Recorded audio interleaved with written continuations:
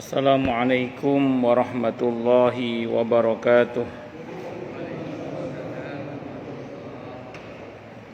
Bismillahirrahmanirrahim. Alhamdulillahi rabbil alamin. Wa bihi nasta'inu ala umurid dunya waddin. Wassalatu wassalamu ala asyrafil anbiya'i wal mursalin. Sayyidina wa habibina wa syafi'ina wa qurrati a'yunina wa maulana Muhammadin wa ala alihi wa ashabihi wa dzurriyyatihi ajma'in, amma ba'd. Asyhadu an la ilaha illallah wa asyhadu anna Muhammadar Rasulullah wa ufawwidu amri ilallah, innallaha basirum bil ibad. Hasbiyallahu la ilaha illa huwa alaihi tawakkaltu wa huwa rabbul arsyil azim. Qala Allah ta'ala fi kitabihil karim hikayatan an nabiyillahi Musa alaihi salam. Rabbi syrah li sadri wa yassir li amri wahlul 'uqdatam min lisani yafqahu qawli.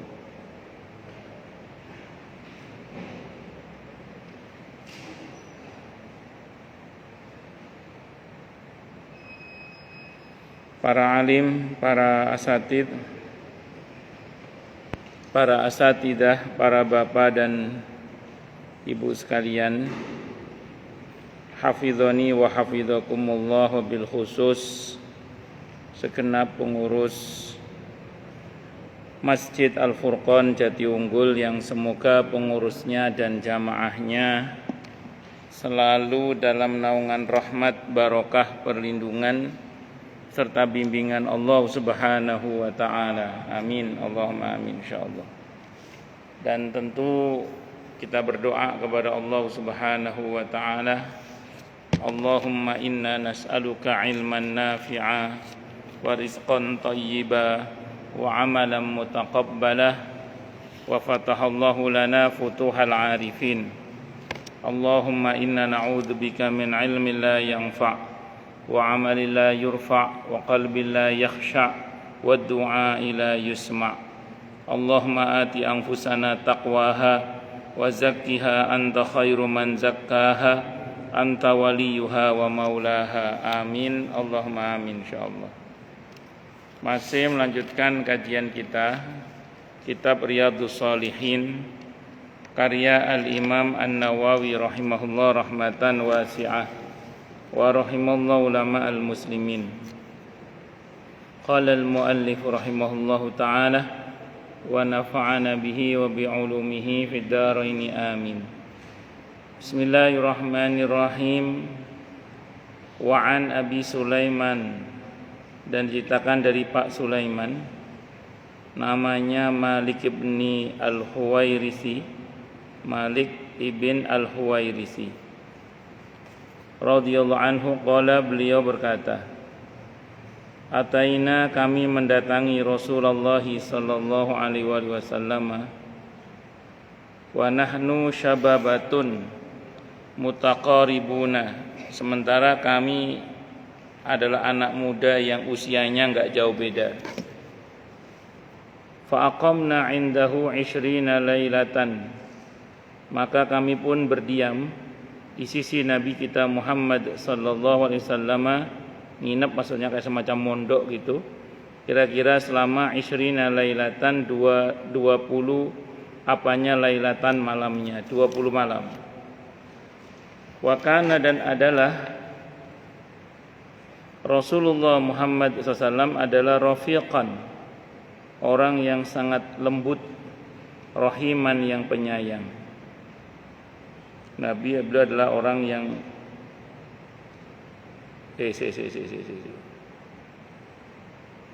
Iya betul. Nabi seorang rafiq itu orang yang sangat lembut sebenarnya. dan rahiman orang yang penyayang. Itu terjemahannya terbalik. Fadhanna, maka beliau menyangka atau punya persangkaan, anna sungguhnya kami, qad istaqna, sungguh kami telah rindu ahlana kepada keluarga kami. Dilihat oleh Nabi kayaknya kita ada kangen sama keluarganya. Wa sa'alna, dan kami pun bertanya, amman tarokna. Wa sa'alana, dan beliau menanyakan kepada kami, amman, tentang siapa saja tarokna yang kami tinggal, min ahlina, dari keluarga kami. Fa akhbarnahu, maka kami pun memberitahu beliau. Faqala, maka bersabda siapa Rasulullah sallallahu alaihi wasallam. Itu ada yang hilang tulisannya ya. Nah, itu insyaallah untuk bacaannya irji'u, pulanglah kalian semua, ila ahlikum, kepada keluarga kalian. Faqimu fihim, maka tinggallah kalian di tengah-tengah mereka. Wa'allimuhum, dan ajarilah mereka. Wa muruhum, dan perintahlah mereka. Wasallu salatan, dan salat kalian sebagaimana salat kada, seperti ini. Hina kada, ketika ini. Wa salata kada, dan salat ini. Hina kada, ketika begini. Wa idza hadaratis salat, dan apabila telah datang waktu salat, falyu'adzin lakum ahadukum, maka hendaklah adzan untuk kalian di antara salah seorang di antara kalian.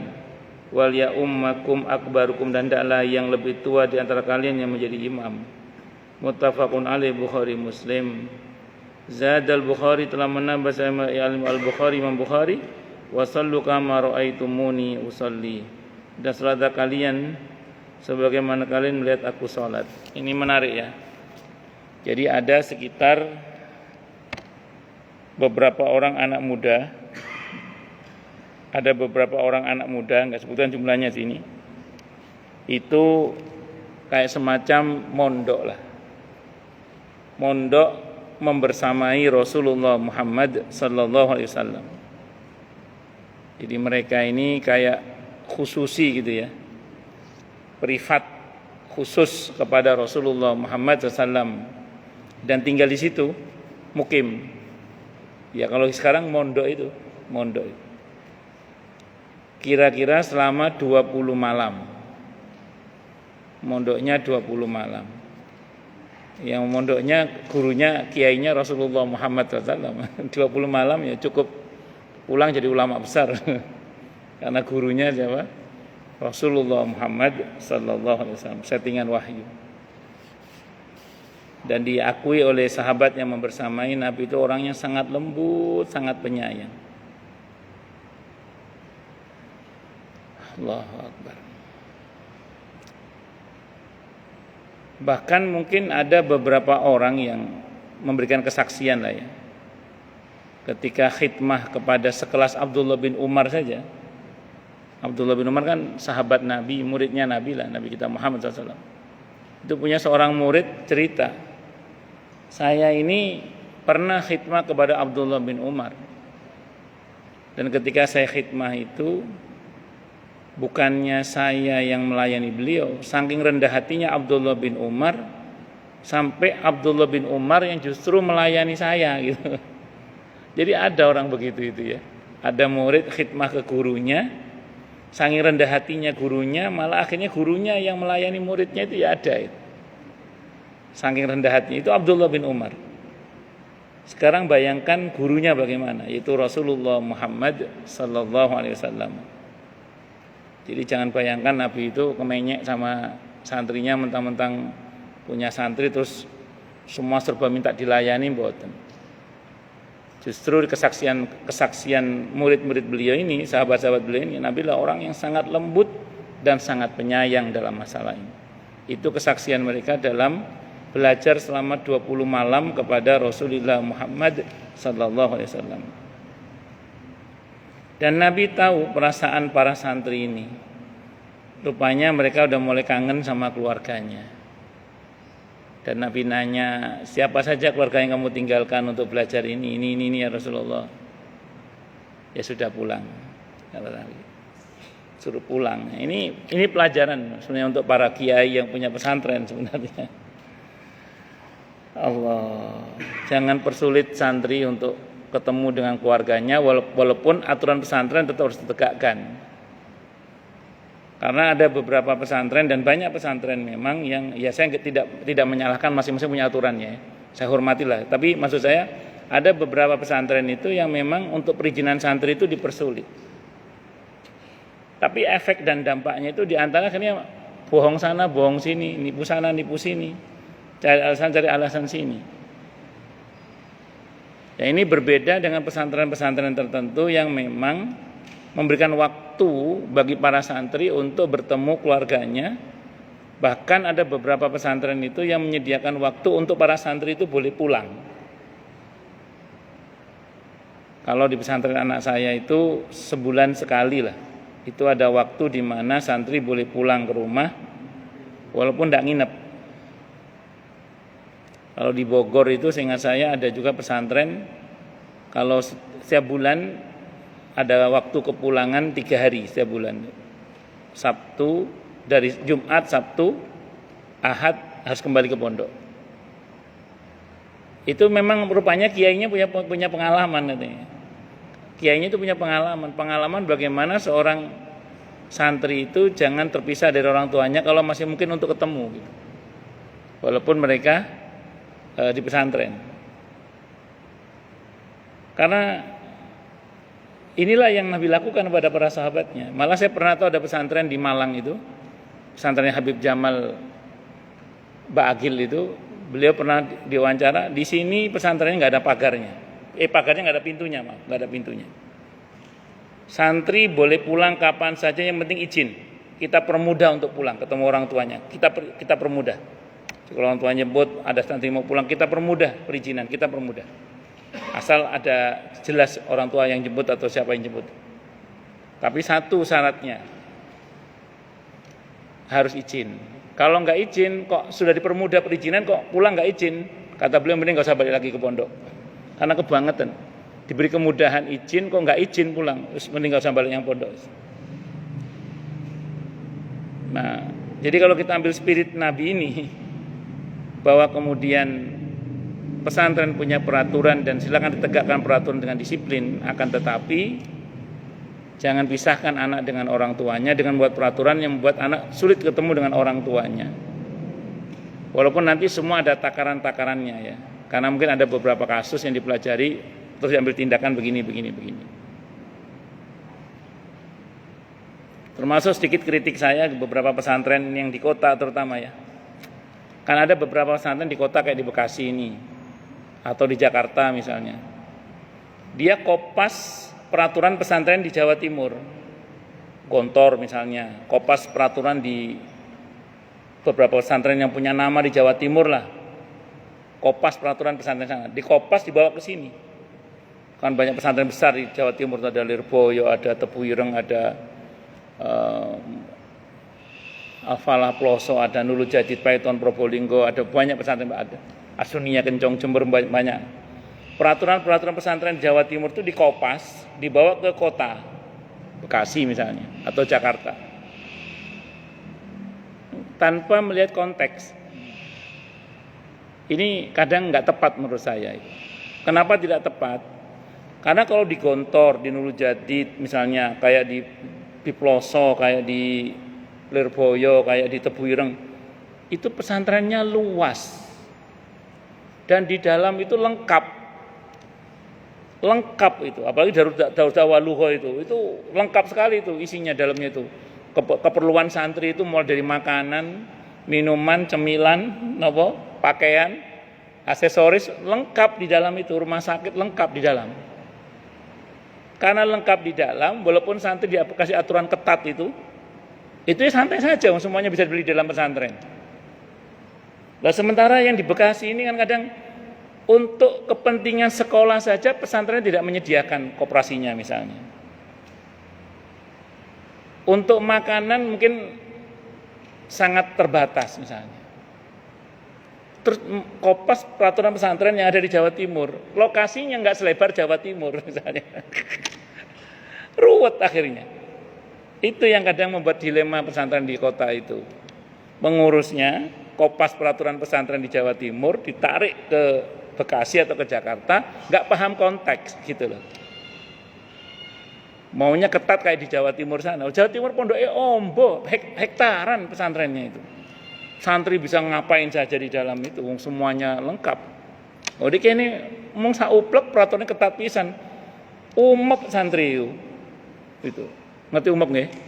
Blukuduk suntuk gitu loh. Makanya harus paham konteks. Nah, saya ulang, kalau kita melihat dari sisi ini, Nabi itu sangat manusiawi yang pandai memanusiakan manusia, itu Nabi itu. Ngerti muridnya mulai kangen sama keluarganya, ya sudah pulang nggak apa-apa. Tapi Nabi pesan tadi, kalau pulang kepada keluarganya, pesannya Nabi apa? Ini pesannya beliau, suruh dakwah oleh beliau. Pertama kata Nabi, ya wis kono balik cung, tapi ingat ya, tinggal bersama mereka dan ajari mereka. Ilmumu harus bermanfaat. Intinya begitu. Maka hari ini kalau kita, maaf ya, kalau ada sebenarnya orang itu kalau ngaji ngomong ini, yang penting untuk saya. Jangan. Wong kita ini soalnya ilmunya bermanfaat kok. Maka sebisa mungkin ilmu itu bermanfaat, tidak hanya untuk diri kita, paling enggak untuk keluarga kita. Enggak harus jadi ustadz juga sih memang, cuma paling enggak kan ilmu itu disebarkan lah gitu loh. Paling enggak kalau ada anak atau cucu atau istri berbuat yang enggak bener, ya kita ingetin pakai ilmu kita. Syukur-syukur kita bisa ya berbuat kebaikan dengan ilmu kita terkait dengan mengajarkan ilmu, menyebarkan ilmu itu. Kalau sekarang sih medianya banyak ya, tinggal kita pasang status di aneka media sosial yang kita punya, itu sudah bagian dari menyebarkan ilmu. Cuman memang saya pesan yang disebarkan usahakan hal-hal yang disepakati, jangan yang tidak disepakati.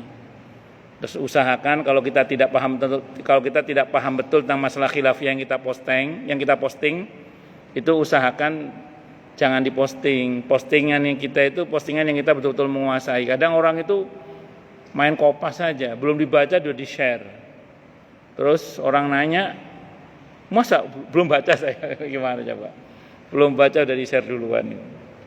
Jadi usahakan yang sederhana-sederhana saja. Syukur-syukur bermanfaatnya lebih lagi.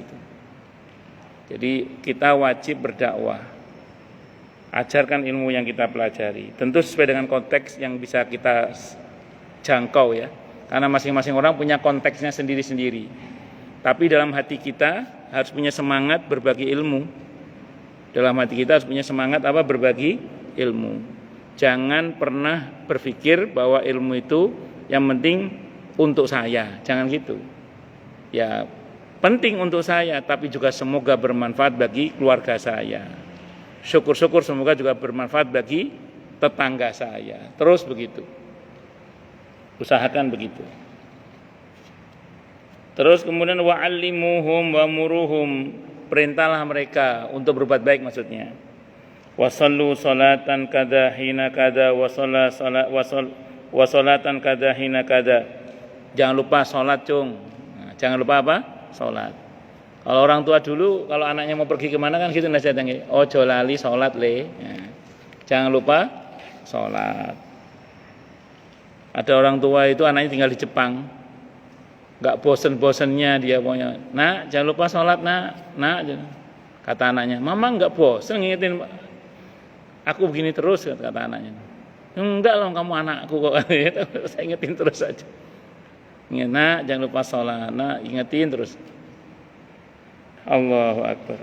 Memang kadang orang tua mengingatkan itu bagi sebagian anak mungkin menyebalkan ya. Tapi ketika orang tua sudah tidak ada, itu hal yang paling dirindukan sebenarnya. Bagi panjenengan atau bagi siapapun anak muda yang orang tuanya masih ada, mungkin cerewetnya sang ibu itu atau cerewetnya sang ayah itu mungkin menyebalkan.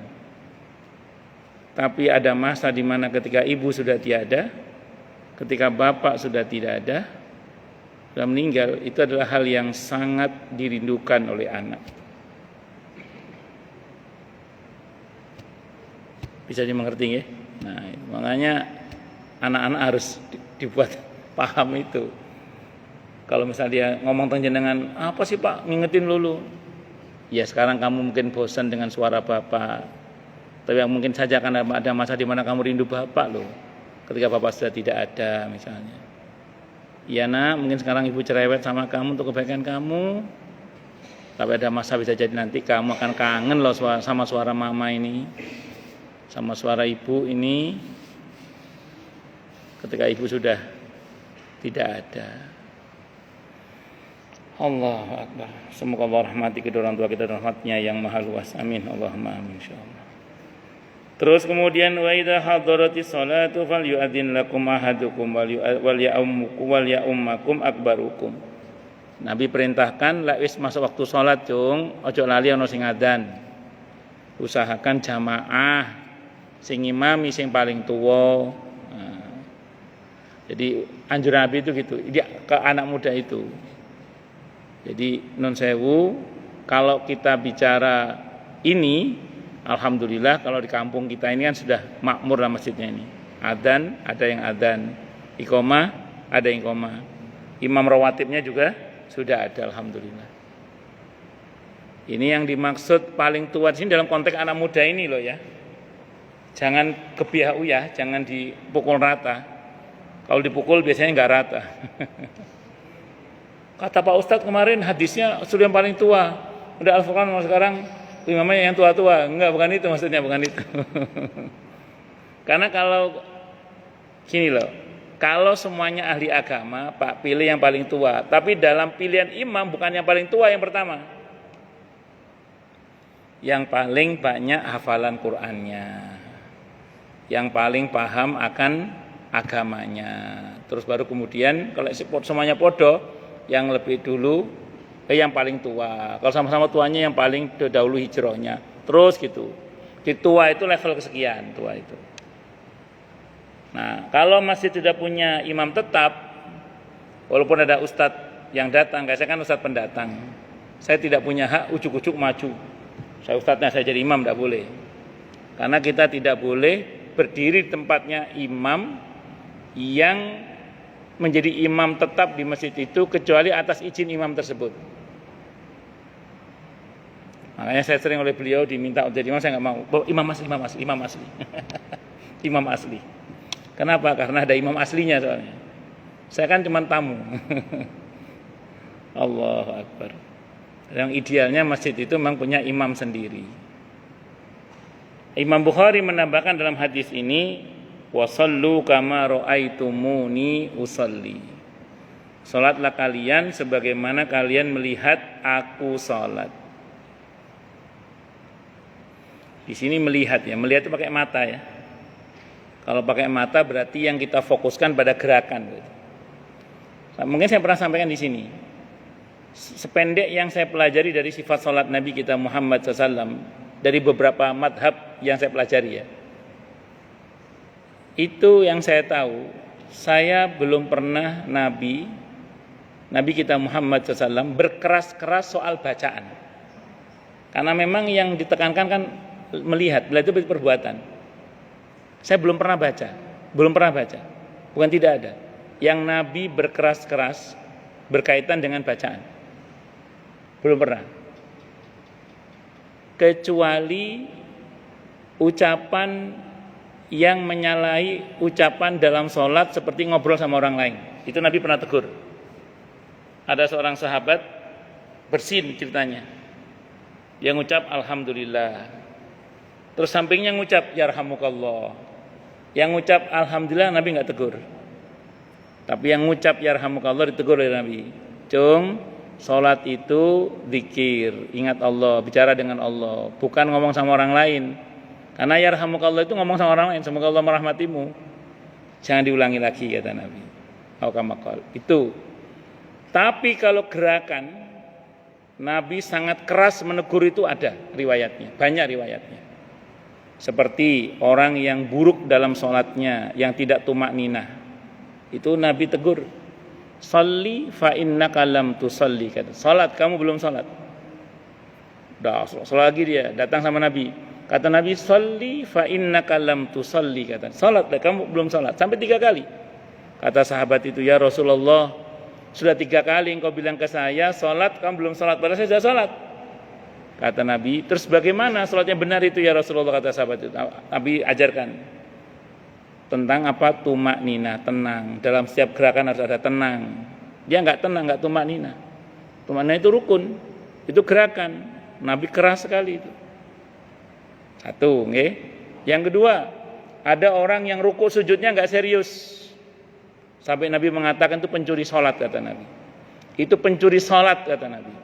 Orang yang sujud rukuknya tidak serius. Rukuknya nggak tumak nina, kayak burung mamatok, set gitu. Atau dia sengaja begini, padahal dia bisa begini, kecuali sakit pinggang ya. Kecuali sakit pinggang beda bab. Nah, terus kemudian sujudnya dia nggak serius, tidak menempelkan hidung dengan dahinya di lantai. 7 anggota sujud tidak nempel di lantai. Itu Nabi keras itu. Sampai Nabi mengatakan itu pencuri sholat. Kemudian yang ketiga, yang Nabi sangat keras sekali dalam masalah gerakan itu ketika ada orang yang dalam sholat itu tolah-toleh, dalam sholat fardu ya, dalam sholat fardu tolah-toleh. Nabi tegur itu, yang tolah-toleh. Kalau Nabi jangan, kalaupun terpaksa kamu menoleh di dalam sholat sunnah saja. Kalau terpaksa menoleh dalam sholat sunnah saja. Terus ada sahabat yang sholatnya dangak ngeliat ke atas. Apa enggak takut dia enggak bisa balik lagi, kata Nabi. Tegur Nabi. Kan mandangnya kan pas sujud, dia dangak ke atas, tegur. Ngelihat itu ke tempat sujud, bukan dangak gini. Dia ada orang sholat itu ngene gitu loh. Sama Nabi, apa enggak takut enggak bisa balik itu. Terus bermakmum mendahului imam. Apa enggak takut kepalanya diganti dengan kepala keledai oleh Allah? Itu Nabi marah itu. Pokoknya yang Nabi marah itu gerakan semua. Gerakan semua. Bukan yang bacaan.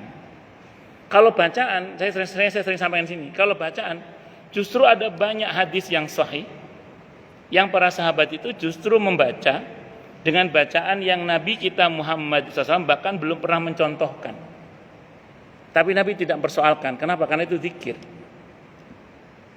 Sambil contoh misalnya dalam hadis sahih Muslim, ada seorang sahabat seusai takbir Allahu Akbar baca kabira walhamdulillahi katsira wa subhanallahi bukratan wa asila. Selesai salat Nabi bertanya, siapa tadi yang baca itu? Saya Rasulullah. Nabi belum pernah ajarkan itu. Saya Rasulullah. Kalau bahasa kita ya. Di hadis enggak ada, itu modifikasi. Itu gara-gara bacaan kamu itu 70 pintu langit terbuka. Berarti rahmat turun, doa mustajabah berarti. Ada lagi sampai itidal sami'allahu liman hamida.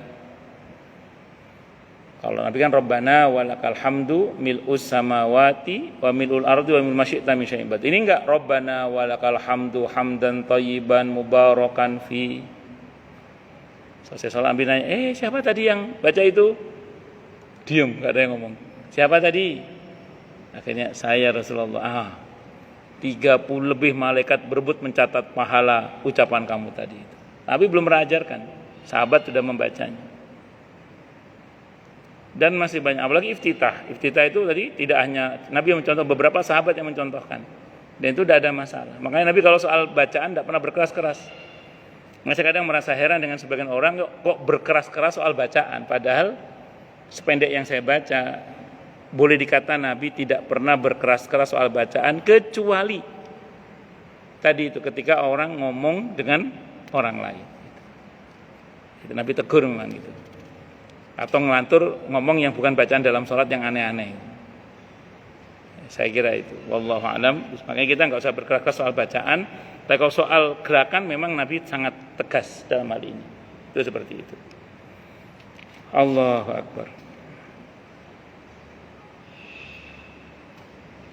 Wa an Umar bin Khattab radhiyallahu an, dari diceritakan dari Umar bin Khattab radhiyallahu an.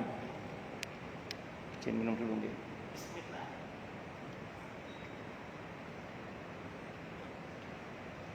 Alhamdulillah.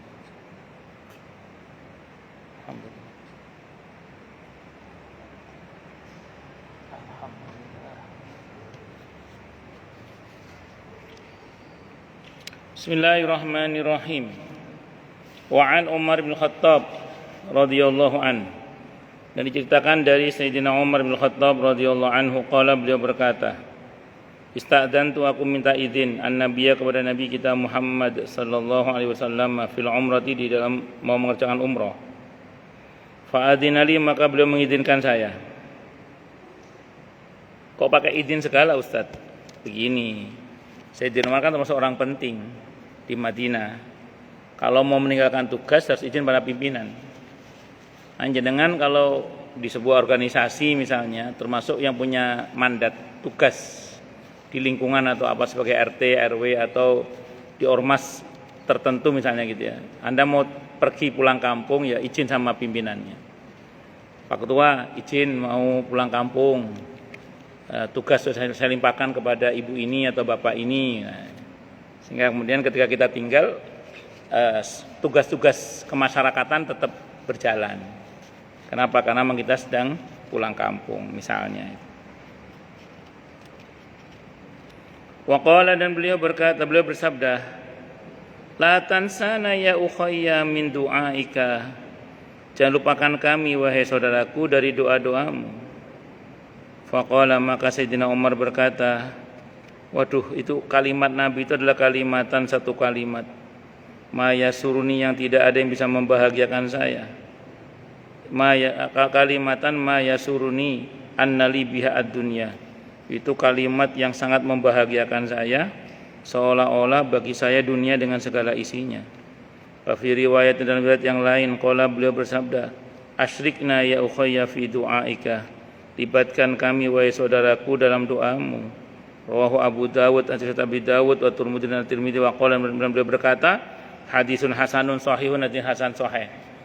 Ini dipakai dalil ya, dipakai dalil bahwa minta didoakan oleh saudara sesama muslim walaupun kedudukannya lebih rendah dari kita itu sunnah. Kita tahu Sayyidina Umar radhiyallahu anhu itu tidak hanya lebih muda dari Nabi kita Muhammad SAW, tapi juga secara derajat di sisi Allah lebih tinggi Nabi kita Muhammad SAW. Tapi Nabi minta didoakan oleh beliau. Ini menunjukkan bahwa sunnah kita minta didoakan oleh orang yang lebih muda dari kita, bahkan lebih tua, atau bahkan mungkin secara kasat mata tidak lebih berilmu dari kita misalnya gitu. Karena kalau derajat hakikatnya kan hanya Allah yang tahu ya, tapi secara kasat mata kan kita bisa ngukur gitu. Nah, ini yang sering saya sampaikan di sini, atau di banyak tempat juga sering saya sampaikan. Ketika ada orang bantu seorang anak yatim misalnya, terus bilang, nak doakan bapak ya gini. Itu kan ada yang ngomong, pamri lo, sedekah minta didoain, pamri lo, nggak bener lo gitu. Ada yang ngomong gitu. Ditanyakanlah ke saya, apa betul begitu Ustaz? Saya jawab, orang yang sedekah kepada anak yatim atau kepada siapapun lah ya, terus ngomong, tolong doakan saya ya, itu dapat dua kesunahan itu. Yang pertama sunnah bersedekah, yang kedua sunnah minta didoakan. Itu sunnah itu, bukan kesalahan, itu sunnah itu. Jadi kita sedekah itu sunnah tersendiri, minta didoakan itu sunnah tersendiri. Malah ada ulama yang mengatakan wa'taminu da'watas sa'il 'inda farhati qalbihi bis shadaqah. Kalau ada orang kita kasih duit seneng tuh, dia mendoakan kita itu manfaatkan aminnya itu. Atau mau dia seneng, dia mau kelihatan seneng nih, doakan ibu ya, doakan bapak ya, doakan ya. Semoga. Itu mustajabah insyaallah. Mustajabah insyaallah. Insyaallah. Jadi wa'taminu da'watas sa'il 'inda farhati qalbihi bis shadaqah. Jadi kalau kita sedekah ke seseorang dia kok seneng gitu, manfaatkan aminnya itu. Itu mustajabah insyaallah. Nah, jadi jangan salah paham ya. Jadi boleh, tidak apa-apa. Kita undang anak yatim ke rumah kita dengan cara yang terhormat, kita muliakan mereka, atau fuqara masakin atau siapapun lah, nggak harus. Atau kita datang kepada mereka, terus minta doakan kami ya ibu-ibu ya, semoga kami boleh, tidak ada masalah. Doakan kami ya anak-anak ya, kami boleh. Itu sunnah, sedekahnya sunnah, minta didoakan tuh sunnah. Paham ya? Nah, itu seperti itu. Padahal Nabi nggak butuh doa Sayyidina Umar radhiyallahu anhu, tapi beliau bilang seperti itu kalau kata para ulama dipahami sebagai pelajaran untuk kita umatnya bahwa sunnah kita minta didoakan gitu.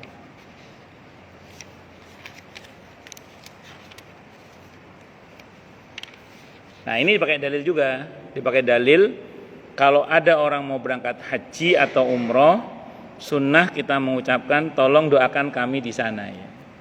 Tolong doakan kami di sana. Jadi tolong doakan kami di sana. Itu sunnah juga itu. Jadi kalau ada orang mau berangkat haji, mau berangkat umroh, nah itu kita bilang, Bu, titip doa sana ya, titip doa sana ya. Kita yang diamanai, sampaikan kepada Allah doanya di sana gitu. Kalau nggak hafal, ya Allah yang nitip doa ke saya banyak ya Allah. Saya nggak hafal ya Allah. Semoga segenap hajat baik mereka semua Engkau ijabah ya Allah dengan mudah, dengan mulia, dengan bahagia, dengan tanpa susah payah. Syukur-syukur kita bisa nyebut namanya. Ya, itu seperti itu. Kalau kita hafal, Allah itu sunnah itu.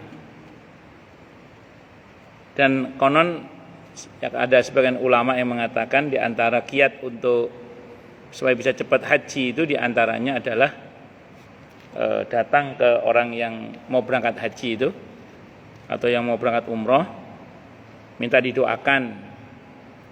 Terus setelah itu nabung. Kalau mau cepat nabungnya sehari 500.000, insya Allah cepat berangkat itu insya Allah. Paham nggak? Nabung kalau mau cepat nabungnya tiap hari berapa? 500.000. Atau seperti guru honorer sama pemulung itu yang tiap hari 2.000, 5.000, 2.000, 5.000. Nah, itu bagus juga itu, tidak apa-apa. Kalau mau cepat 2.000 US dollar, 5.000 US dollar. Baru cepat insya Allah. Tapi enggak. Haji, saya punya keyakinan haji umroh itu panggilan dari Allah. Kalau Allah bilang berangkat, tidak tahu gimana caranya berangkat. Sudah yakin aja, yakin. Tapi tetap kita harus niat dan usaha. Tetap harus niat dan usaha.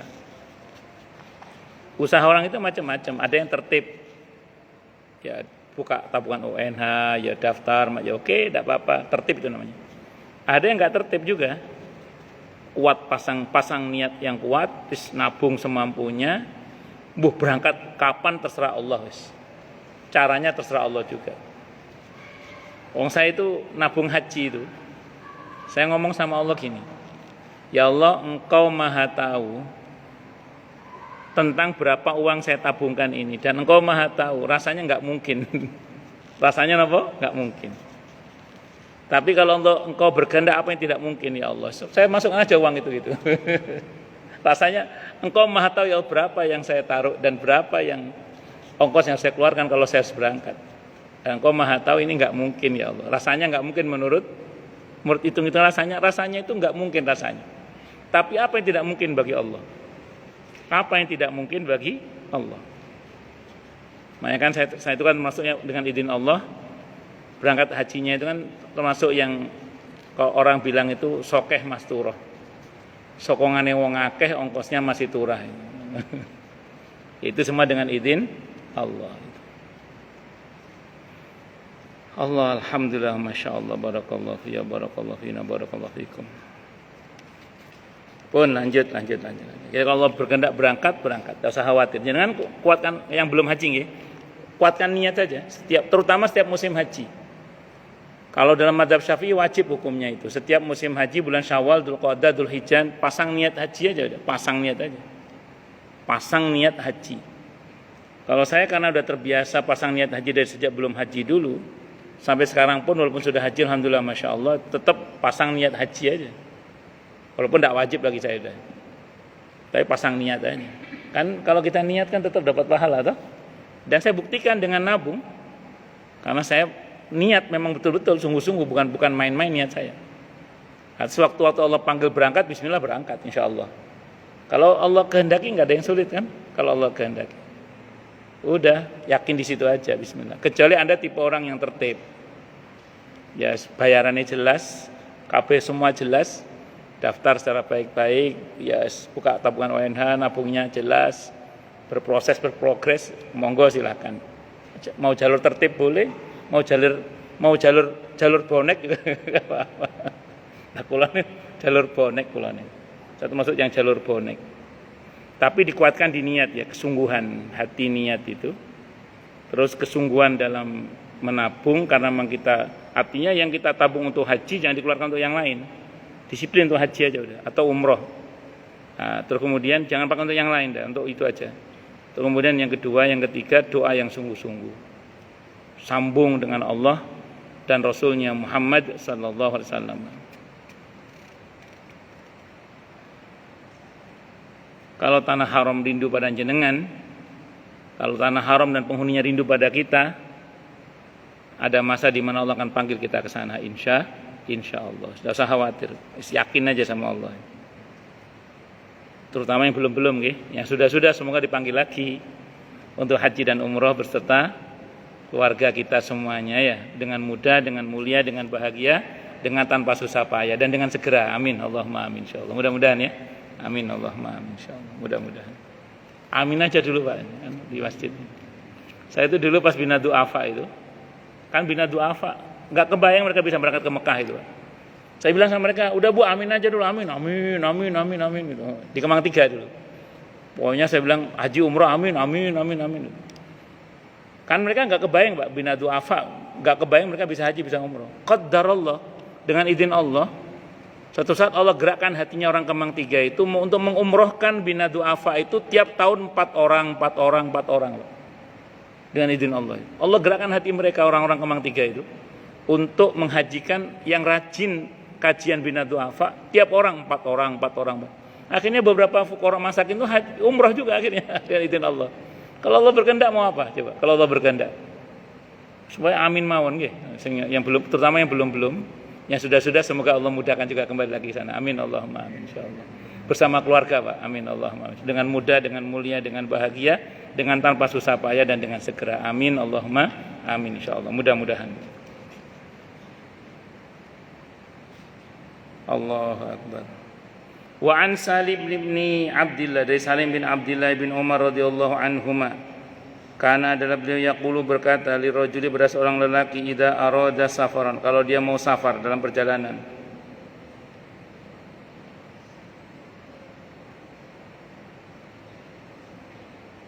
udnu minni, sini mendekat kepadaku, udnu minni, sini mendekat kepadaku, waddi'uka kama kana Rasulullah sallallahu alaihi wasallam yuwaddi'uka, sini kamu tak buatkan semacam seremonial pelepasan. Waddi'uka itu, muwadda' itu perpisahan maksudnya. Sini tak kasih ucapan perpisahan kepadamu sebagaimana dulu Rasulullah Muhammad SAW melepas kami dengan ucapan pelepasan. Wadda'a itu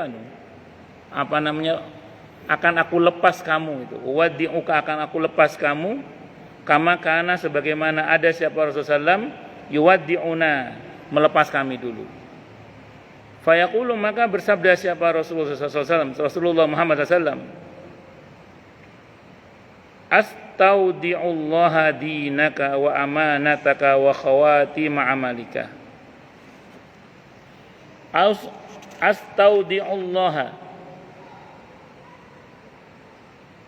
aku menitipkan kepada Allah, dinaka, agamamu, wa amanataka, dan amanahmu, wa khawatima amalika, dan kesudahan dari amal perbuatanmu atau penghabisan amalmu. Hadis At-Tirmidzi, ia berkata ini hadisnya hasan sahih. Jadi kalau ada orang mau safar, sunnah kita mendoakan dengan doa astaudi'ullaha dinaka wa amanataka wa khawatima amalika. Aku serahkan kepada Allah agamamu dan amanah-amanahmu dan kesudahan atau akhir dari amal-amalmu. Jadi kalau bahasa sederhananya, kalau saya memahami, kita doakan agar agamanya dijaga oleh Allah. Ada enggak misalnya orang merantau karena enggak terjaga agamanya, akhirnya maaf ya, bahkan jadi murtad, jadi ateis, naudzubillah min dzalik. Nah, maka doakan anak-anak kita yang mau berangkat ke negeri-negeri, terutama yang kita khawatirkan agamanya dengan doa itu. Yang kemudian amanah, semoga dia dijaga, tetap pulang pergi menjadi pribadi yang baik, yang amanah, yang jujur, yang tidak khianat. Ada nggak orang berangkatnya culun, pulangnya jadi agak gimana gitu, agak sedeng. Ya kadang ada orang itu ke Amerika, begitu pulang dia lebih koboi daripada George Bush kan ada. Umroh 9 hari, pulang lebih Arab daripada orang Arabnya kan ada. Saya mending lah kalau itu. Dan yang terakhir itu mohon kepada Allah agar orang ini dijaga, akhir kesudahan dari amal itu semoga bagus. Jadi kalaupun di dalam perjalanan nanti dia mati, semoga matinya husnul khatimah maksudnya. Wallahu a'lam bishawab. Baik, silakan yang mau tanya, protes, marah boleh silakan. Monggo, Pak. Assalamualaikum warahmatullahi wabarakatuh. Waalaikumsalam warahmatullahi wabarakatuh. Kalau ini ada berita dari Jawa Timur bahwa ada pesantren yang baru, pesantren itu pesantren yang dinamakan lintas agama. Berarti itu terdiri dari agama-agama bermacam-macam. Itu bagaimana nanti hasilnya, apakah itu tidak menjadikan kesesuaian di antara murid-muridnya? Pertama, yang kedua, belum lama ini beberapa hari yang lalu itu di Lebak Bulus terjadi di mana anak yang umur 14 tahun membunuh bapaknya, neneknya, dan ibunya. Padahal Bapaknya dan neneknya meninggal, ibunya masih besar. Itu kata sementara polisi bahwa dia mendapat bisikan dari setan. Yang kasus bisikan itu bagaimana, Pak? Apakah itu istilahnya ada suara atau mungkin mengalami pikiran yang maksimal? baik. Itu ya saya dengar lama itu, Pak. Saya dengar lama itu. Ada pesantren begitu yang lintas agama itu lama saya dengar itu. Oh baru. Nah, itu jangan-jangan yang lama dong dibuat baru beritanya. Zaman saya masih di Surabaya sudah saya dengar itu. Ada, saya lupa itu di mana gitu. Saya dari zaman saya masih di Surabaya itu saya sudah dengar itu. Ada pesantren lintas agama itu. Yang saya tahu itu gagasannya orang-orang liberal itu sih sebenarnya. Ya kalau maaf ya saya nggak tahu, saya belum baca sih. Kalau memang betul itu yang digagas oleh orang-orang liberal itu, orang liberal itu memang digaji Pak dia. Kenapa? Iya. Itu kalau yang saya tahu dulu itu digagas oleh orang-orang liberal itu dulu, yang saya tahu. Kalau orang liberal tahu sendiri Bapak, mereka kan memang digaji untuk itu memang. Itu yang saya tahu ya. Kalau memang betul ya, saya kurang tahu detailnya. Cuman itu sudah saya dengar lama itu. Saya belum bisa komentar kan saya belum tahu konsepnya. Cuman kalau dulu yang saya dengar itu dari orang-orang liberal memang. Kalau orang liberal memang gitu kan proyeknya kan. Jadi kalau ada proyek apa dari pesanan NGO kafir kan mereka juga cair dananya Pak. Ya kayak gagasan buku tentang boleh kawin sejenis itu memang dikira nggak ada duitnya itu. Ada duitnya itu. Dulu ketika memprotes ayam bakar wong Solo, gerakan anti poligami dan seterusnya itu jangan dikira nggak ada dananya, itu ada dananya itu. Itu. Ya saya tahu kan ada yang ngomong ke saya. Yang ngomong ke saya itu cerita jadi gini, ada orang tokoh liberal tertentu, saya nggak sebut namanya, dia itu dapat proyek untuk mengharamkan poligami ceritanya. Proyeknya berapa? 20 miliar. Itu angka yang saya dengar ya, 20 miliar. Ditanya oleh sang kiai yang cerita ke saya ini, yang cerita saya kiai ini, Pak, kok gak diambil Pak proyek anti poligami 20 miliar itu Pak?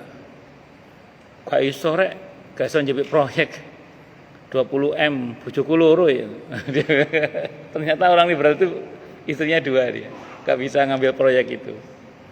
Dan dulu di Hotel Simpang tahun 2000-an itu diundang tokoh liberal juga di Hotel Simpang Surabaya.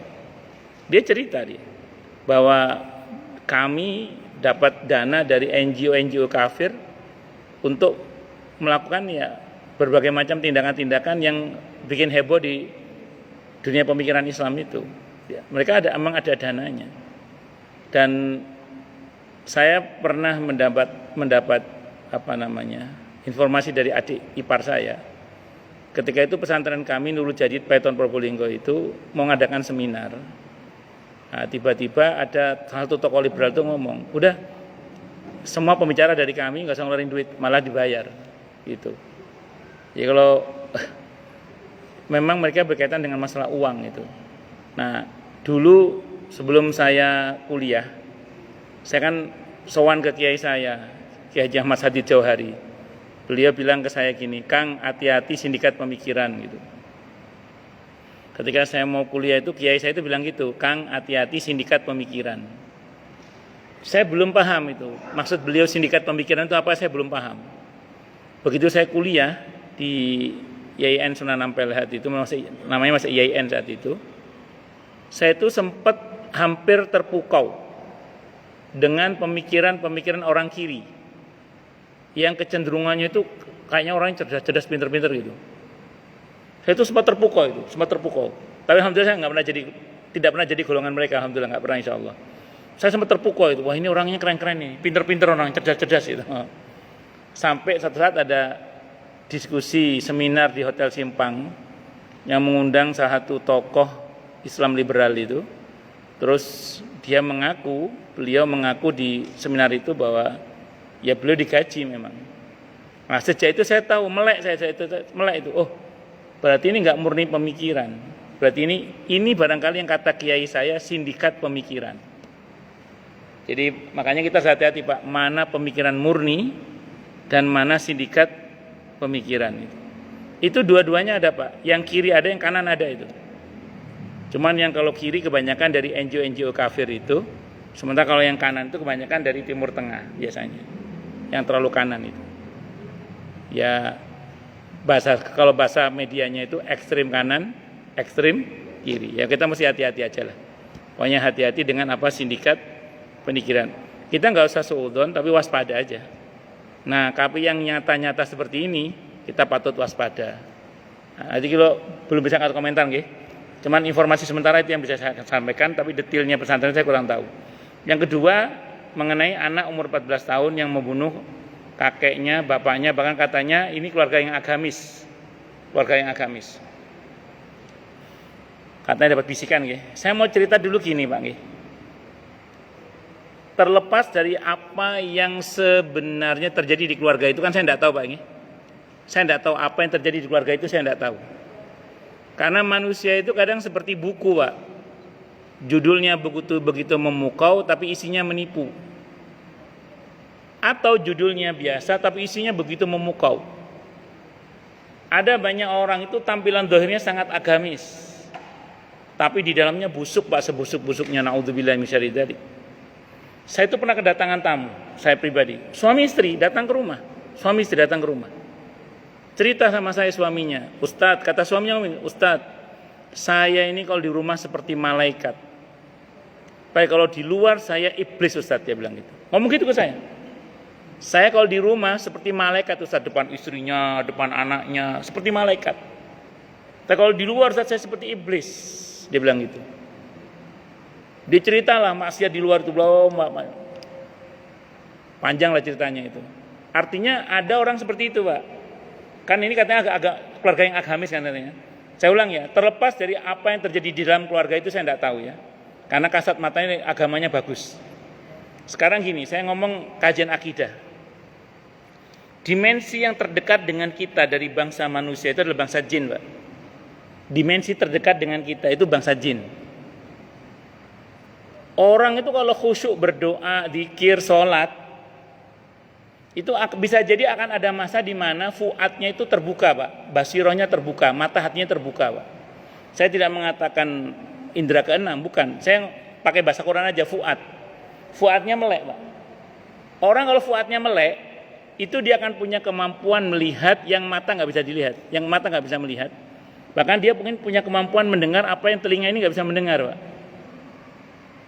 Nah, disinilah pelaku ibadah yang minim ilmu. Saya ulang ya, pelaku ibadah yang minim ilmu, terutama ilmu tauhid, Kepleset Pak di sini kebanyakan Pak. Kepleset. Maka muncul seperti Al-Musadding, Al-Mawat Maut yang akhirnya ngaku sebagai nabi itu. Al-Musadding, Al-Mawat Maut itu loh. Yang ngaku nabi gara-gara dapat wahyu di Gunung Salak itu. Kan dia orang yang rajin ibadah awalnya Pak, rajin puasa, rajin ibadah. Masuk ke dimensi itu kepleset Pak. Mau merasa dapat wahyu? Satu.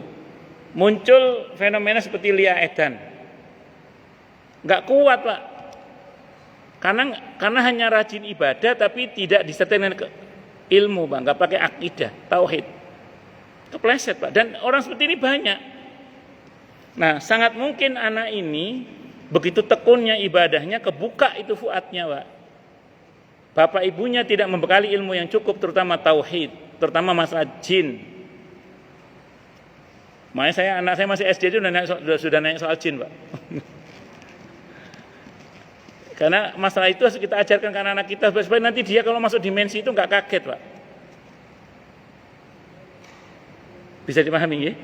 Nah, saya khawatir anak ini mengalami itu Pak. Ini mohon maaf terlepas dari apa di dalamnya nggih, di dalam keluarga itu. Saya khawatir anak ini mengalami itu Pak. Ini tadi sebelum maghrib saya dapat telepon. Sebelum maghrib ini dapat telepon saya. Ada anak kecil, umurnya baru 8 bulan. Tadinya baik-baik saja.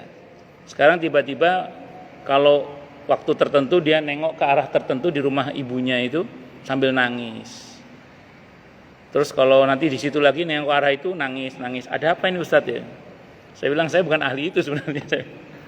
Saya udah gini aja deh. Saya bilang, emang ada setan, divisi khusus setan itu untuk goda anak. Di kalangan para pakar-pakarnya diberi nama Ummus Sibyan namanya. Jadi setan yang kerjanya goda anak emang.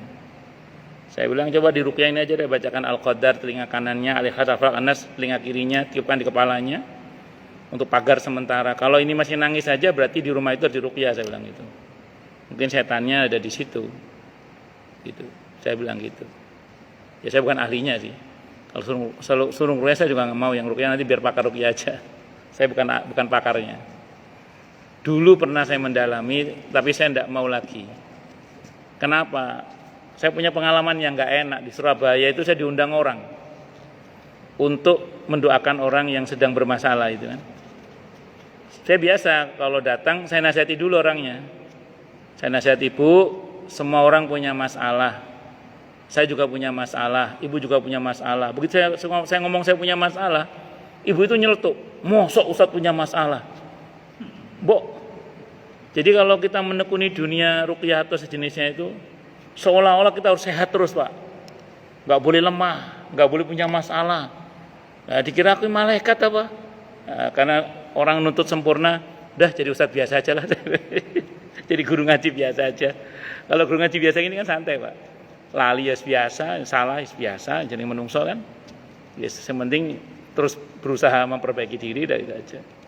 Enggak dituntut sempurna juga. Coro misalnya ono jatuh-jatuhnya ya wajar, jadi namanya juga manusia. Kalau saat itu dituntut sempurna Pak Solon. Kan begitu, anggapan orang kan kalau ustadz ahli ngono ojo ono lorone ngono. Ya ustadz kok oleh dono lorone ya apa. Soalnya ustadz nggak boleh ada masalah. Ustadz kok nggak boleh ada masalah? Ustadz ini malaikat apa? Makanya saya sejak lama sudah meninggalkan aktivitas itu. Sering saya suruh ke orang lain. Ini ada teman-teman yang ahli ruqyah, jangan saya. Karena kalau ke saya nanti takutnya ganti profesi. Saya menekuni di sini aja di bagian ilmu saja. Tapi kalau ngajari ruqyah saya bisa. Maksudnya baca ini silahkan baca. Tidak ada masalah kalau itu. Amalkan sendiri gitu. Tidak harus mendatangkan saya. Saya kira itu nggih, wallahu a'lam bishawab, kecuali terpaksa. Nggih monggo Pak.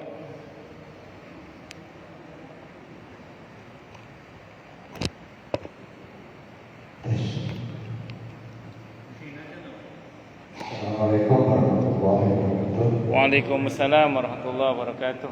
Tausiah Ustaz pada masa yang lalu menyampaikan bahwa hal yang menyangkut wasiat itu harus tertulis atau ada saksi sehingga validitas atau legalitas apabila susah itu masalah dapat dijawabkan. Ini ada satu case bahwa katakanlah saya tidak nama ambil sama samaran si Fuad yang punya 4 anak itu terkena PHK terhadap anak-anaknya tanggung sekolah. Nah, dalam kesulitan demikian dia dibantu oleh saudara sepupunya untuk bantuan